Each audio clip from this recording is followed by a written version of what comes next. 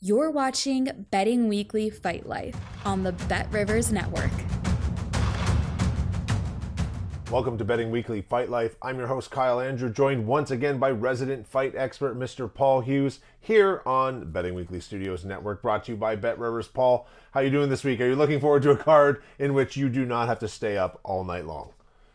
Exactly. This will be done before midnight. It's perfect. Midnight No, your time, early evening my time. Yeah, I love it. I love it. yeah. Before midnight UK time, there was like a 1 in a million time. It's like probably like twice a year actually. Right. So it's good when it comes. So It yeah, is. I'll be enjoying the card. Yeah, like it's one of those things where it's just exciting for us to be able to enjoy it during some daylight, not have to stay up super duper late at night, but more importantly, be exposed to what has shaped up to be a pretty good UFC Fight Night card in Abu Dhabi, isn't it?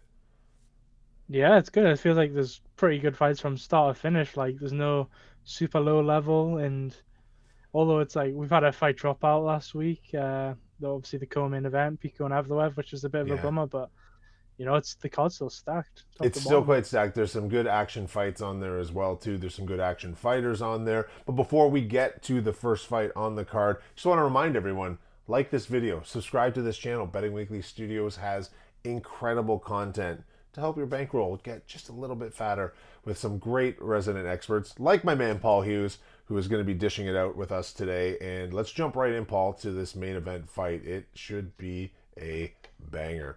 We have, of course, Robert Whittaker fighting Reinier de Ridder.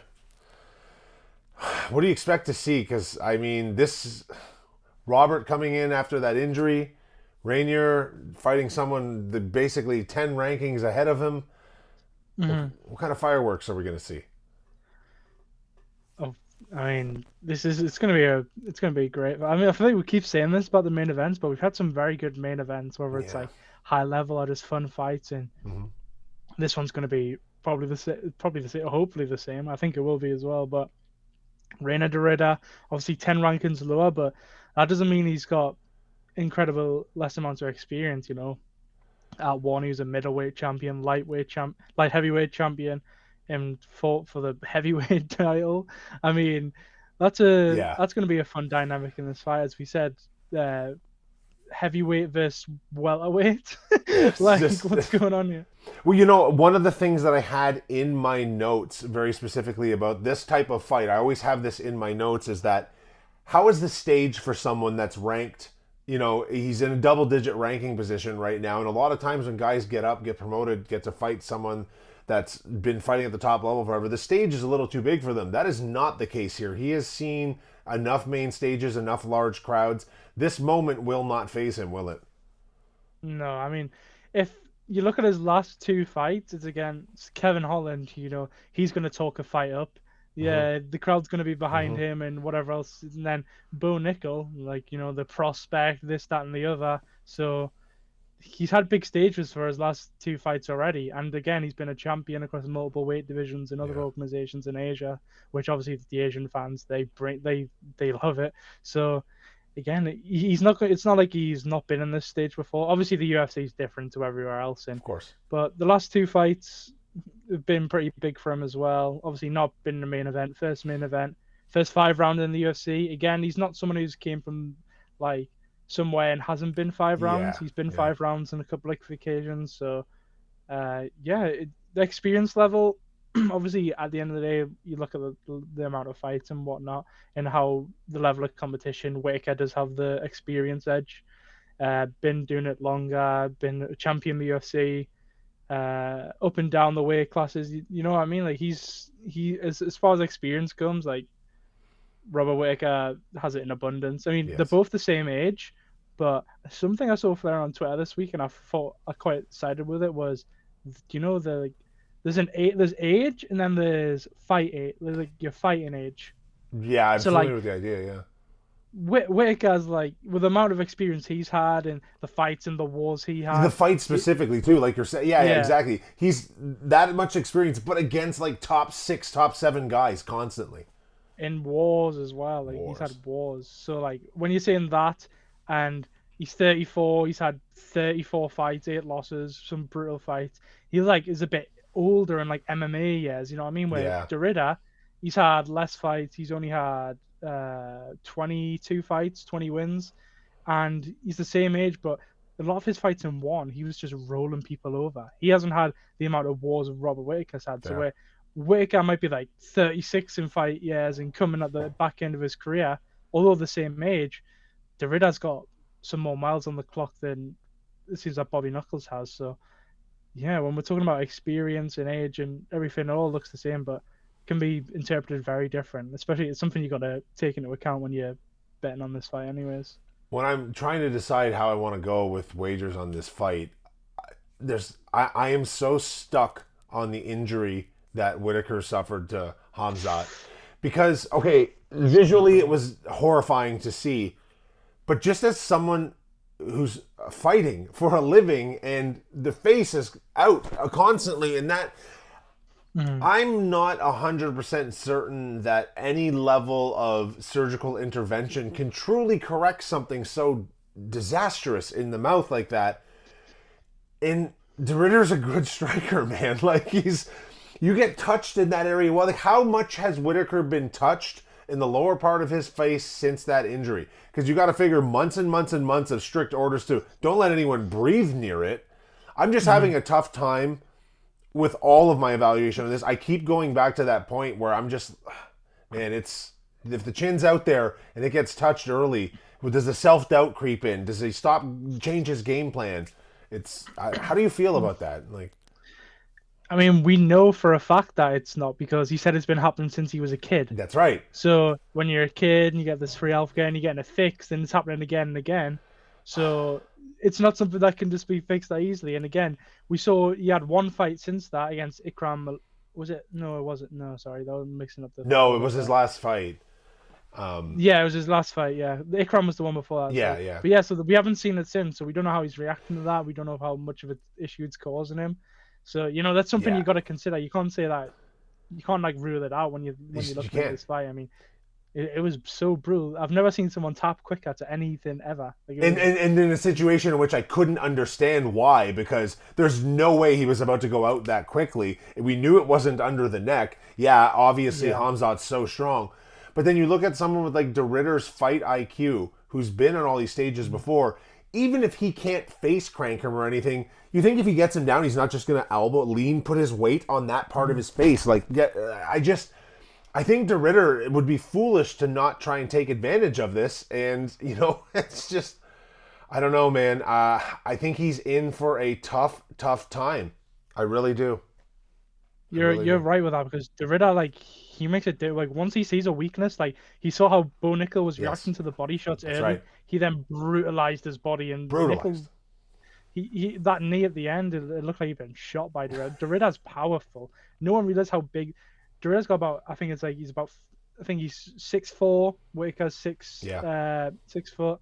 He's got about 5.5-inch reach advantage. He is huge for the weight class. As we mentioned, and these are all things that Whittaker has. The people he's had problems with in the past, RDR ticks off almost all of those boxes. That's doesn't he? Literally what I've got written down. Oh, sorry, we don't go through each other's notes. Exactly. That's what makes it, because we have to have disagreements. We can't disagree with everything. Yeah. So when we both done the same thing, we've done the same research, and we come with the same outcome. It's a pretty good thing. But let's hop into it then. What have you found on the board here? Because I mean, I feel like this could go a number of ways here. But what do you like for this main event fight? I like Reinier de Ridder to win by finish. It's plus 185 a bit with us. I've touched on that a few different things, but the main thing for me is the physicality edge. Yes. I mean, as you said, Khamzat, big physicality edge. He kind of mauled Whittaker. We've seen that. Yeah. Who has DDP, kind of like a crazy striking style, a bit like de Ridder, and also big physicality edge. He uses his physicality. You could say, like, people like, he's fought Paulo Costa, but Paulo Costa doesn't enforce his physicality. He's quite a physical guy, but he doesn't really enforce it. So when you look at the people that have actually forced the physicality, they've given big problems. And de Ridder with the experience, and not even to mention, Whittaker's just been subbed. De Ridder is an elite jiu-jitsu artist, like elite. He's the top of the line. Like, if you're saying like he's getting him down, he's like he might not be able to face crank him. I think he that's something he can find, and he's gonna see that the success of Khamzat, and he's gonna be able to use that as well. I think he's very smart. He's relentless. He'll go in there and he'll throw 200 strikes in 2 rounds. As we saw against Bo Nickel, he just destroyed the body every chance he got. and the takedown threat and the submission threat's always going to be there. So I think de Ridder plus 185 to win by finish. That's the definite play I like in this one. Paul, I really like that pick. I just want to briefly run something by you here. How long do you think it's going to take him to finish Whittaker? I think it's going to play a bit like the Dricus fight. I think maybe a bit slow at the start, and then he might like rock him or land something that gets a bit of reaction in the mid to the end of the first, and then I think he might submit him or like club and sub something in the second. That'll be my official prediction. I'll tell you why I'm asking. The reason I'm asking is because I'm looking at this going, plus 185 where he can finish him in any of the 5 rounds is great. But he's plus 295 to win over 2.5 rounds. And plus 200 to win over 1.5. I think Whittaker can last if his jaw holds out because he's so smart. Do you like anything there about plus 295 to win over the last half the fight against him? I mean, maybe again when we're talking about someone that big, that physical, like there could be a chance where he just runs him over, a bit like Dricus, and Dricus finished him in the second, was it? So that's not cashing the over 2. Yeah. That's not cashing the over 2 rounds, and someone with a similar style, but even maybe a less striking threat and a little bit less relentless, but an even bigger grappling advantage.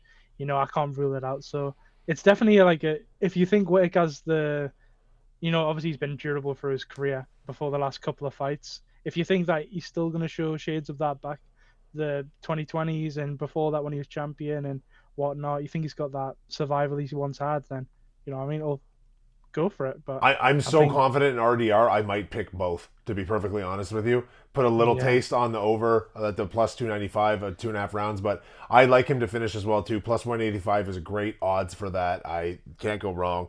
And before we move to the next fight, Paul, I'm going to ask you to do me a favor because I am on the road in Indiana, USA right now, and I don't have my usual gear. But Paul's going to take this chance to quickly tell you about something awesome that Betting Weekly Studios offers. The Insider? Yeah, that's the one. You didn't really give me anything to go with it. Well, I mean, do we have other products I don't know of? We have so much. We do. But yeah, tell them about the Insider newsletter before we go into the second fight. So this week, the Insider's it's a Premier League preview. So number 1 league in the world, everyone knows that. Premier League preview, all the best bets. Jack Wright giving you some strong breakdowns in there. And then we have some MLS picks for this weekend, and we have some more de Ridder and Whittaker talk. So, yeah, definitely sign up and get involved at bettingweeklystudios.com where, you're going to get all of that and more over the next coming weeks. And don't forget to follow the social channels at Because We Win across the various networks. Let's get into the third fight of the night. And the horror movie villain himself, Shar Magomedov, fighting the Canadian Marc-Andre Barriault. This is a tough matchup for Marc-Andre Barriault, isn't it? It feels like the UFC are setting him up. It honestly feels like the UFC is setting him up. It certainly does. I mean, when you look at it on paper, Shar Magomedov fights on the back foot and is at least one of the best to do it off the back foot. Marc-Andre Barriault, his chin's fading and he tries to put people on the back foot. Yeah. So just looking at it like that, it's like, oh well. And then you see the odds. You see it's in Abu Dhabi. It just feels like it's just want to get. Can I say something about what you just said? You're saying it looks like he's being set up. If you go back to Barriault's last fight when he opened the card in Montreal, he was given Silva, mowed through him in under 2 minutes, and it looked like he was set up for the win to get that card. But this very much feels like the UFC giveth, the UFC taketh away, because this is not a good matchup for him. I think they know the star power that Shara has in the Middle East, just because of just like, obviously that region, 6 and 2, what I mean? Like, it's just how it is. But yeah, I don't think this is a good fight for Marc-Andre Barriault. I think Shara Magomedov, as I said, we've seen it. He's so dynamic, he's so skilled, able to mix it up wherever it goes, like whatever that's happening in the striking. He'll find success somewhere. When someone fights the same type of style as him or a bit awkward like MVP, again, that's a lot harder for him. He doesn't really know how to fight that style. But Marc-Andre Barriault coming forward, gonna plod into his shots, leave the high. He's gonna get head kicked. I think he's gonna get head kicked here. Like, I wish I could specifically bet that exact outcome. I don't. Like, how much analysis can you even give of this fight? I think Magomedov is absolutely being teed up here for all of the reasons you mentioned, and I can't. It's, everyone has a fighter's chance. These are professional fighters that have been in a lot of big moments, but this certainly seems like a lock for Magomedov, does it not? Yeah, I mean, as we said, it's a bit hard. I'm just looking at his things here. Dustin Stoltz is folding him. You know what I mean? If Dustin Stoltz is folding you in the first, and you're getting dropped in every fight. Joe Pyfer's knocking you out in the first, and now you're fighting someone again, Sharon Magomedov, big counter striker, very dynamic. It's going to be a difficult night for him. So, given that, were you able to pull anything off the board that you liked here?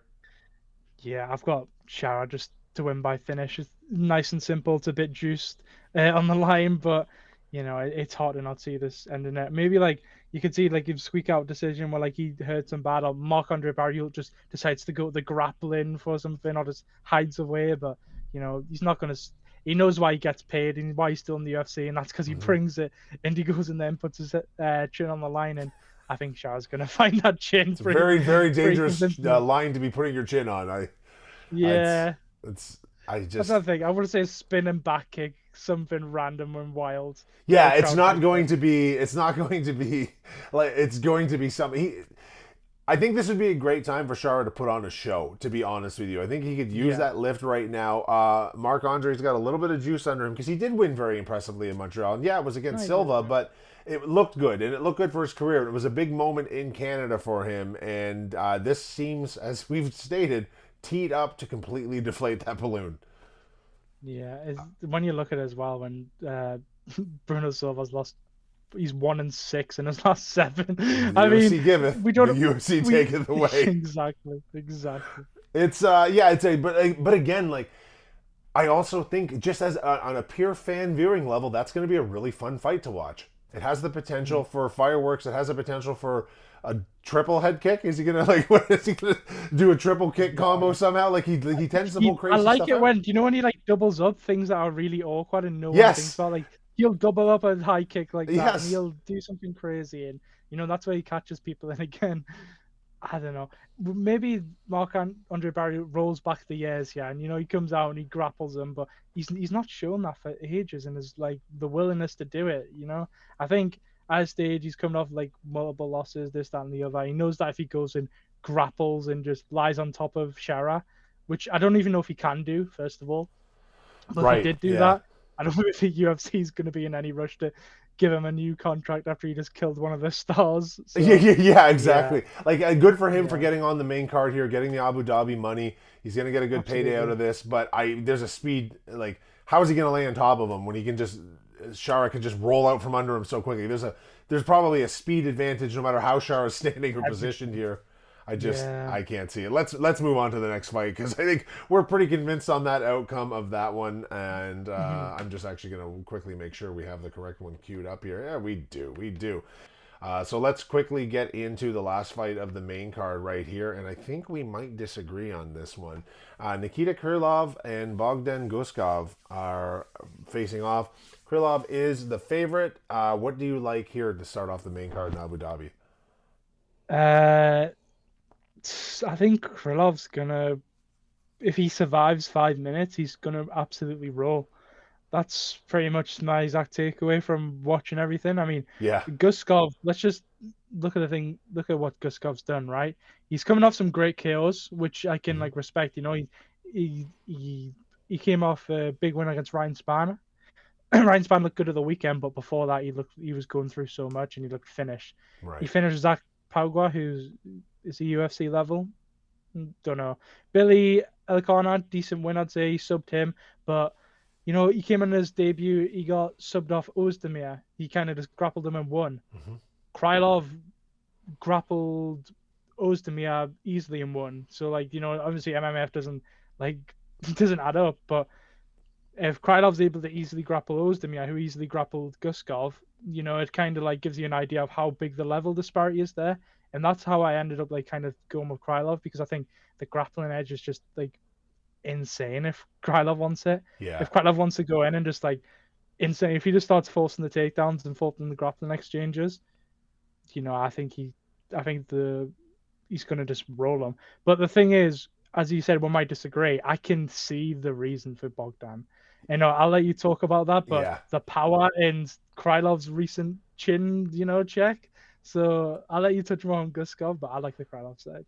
To me, this is just, it's not that I wouldn't describe myself as absolutely cemented to this, but there's just, Krylov can be sloppy at times. He's absolutely game for this. There's a recipe here for a first round upset. There is. I can see it happening. I can see this going both ways, honestly, but I just have this feeling that if Krylov isn't really sharp at the start of the gate and doesn't have a feel for this fight immediately, he leaves his chin out there. It's good night, Irene, and he could be buzzsawed right through here. And I think that might actually happen on Saturday night, because this is not by any stretch deep analysis. It's a feeling I have. I feel like fighters, when they're opening a main card, approach things in a certain way. And I feel like Bogdan's going to lay this out in the first 5 minutes and try and go for a fight of the night, something like just a big finish. And if he catches him, he'll get it. But if I agree with you 100%, if this fight gets out of the first round, it's Krylov's to lose for sure. Yeah, it's just more just banking on, obviously, Krylov, the level of competition he fought's insanely higher than Guskov as well. Yes, that's when you're looking at it, that thing. He had a competitive fight against Magomedov Ankalaev, who's the current champion, We know that the Krylov, the thing is for his career is that he can be a bit, his chin is there to be hit. But I think at this stage, he came off, he had a long layoff in between fights, which, in between the Span and the Reyes fight.